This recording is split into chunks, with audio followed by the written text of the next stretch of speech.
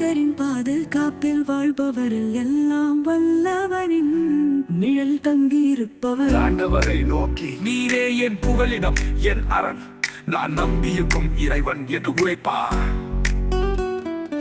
ஆண்டவரை நோக்கி நீரே என் புகலிடம் என் அரண், நான் நம்பியிருக்கும் இறைவன் என்று உரைப்பார். ஏனெனில் ஆண்டவர் உம்மை வேடரின் கனியினின்றும் கொன்றொழிக்கும் கொள்ளை நோயினின்றும் தப்புவிப்பாரார். சேரவனம் சிறகுகளால் உம்மை அரவணைப்பார். அவர் தம் இறக்கைகளின் கீழ் நீர் புகலிடம் காண்பீர். அவரது உண்மையே கேடயமும் கவசமும் ஆகும். இரவிந்திகளுக்கும் பகலில் பாய்ந்து வரும் அம்புக்கும் நீர் அஞ்ச மாட்டீர் ஜம்மாட்டீர். இருளில் உலவும் கொள்ளை நோய்க்கும் நண்பகலில் தாக்கும் கொடிய வாதைக்கும் நீர் அஞ்ச மாட்டீர். சிவமும் பக்கம் 1000 போர் வீழ்ந்தாலும் வலப்புறம்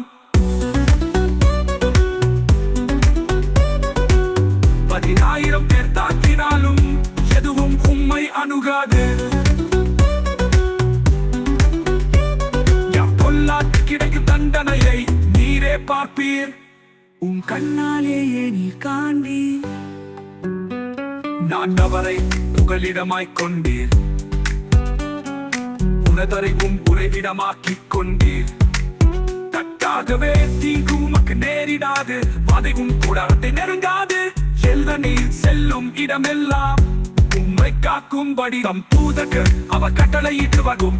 கல்லின் மேல் மோதாதபடி அவர்கள் தங்கள் கைகளில் உம்மை தாங்கிக் கொள்வர்.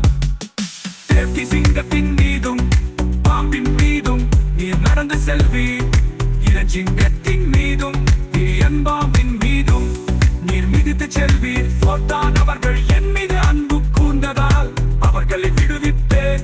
அவர்கள் என் பெயரை அறிந்துள்ளதால் அவர்களை பாதுகாப்பேன். சித்தை அவர்கள் என்னை நோக்கி மன்றாடும் போது அவர்களுக்கு பதில் அளிப்பேன். அவர்களது துன்பத்தில் அவர்களோடு இருப்பேன். அவர்களை தப்புவிட்டு அவர்களை பெருமைப்படுத்துவேன். சித்தத் நீடிய ஆயுளால் அவர்களுக்கு நிறைவளிப்பேன். என் மீட்பை அவர்களுக்கு வெளிப்படுத்துவேன்.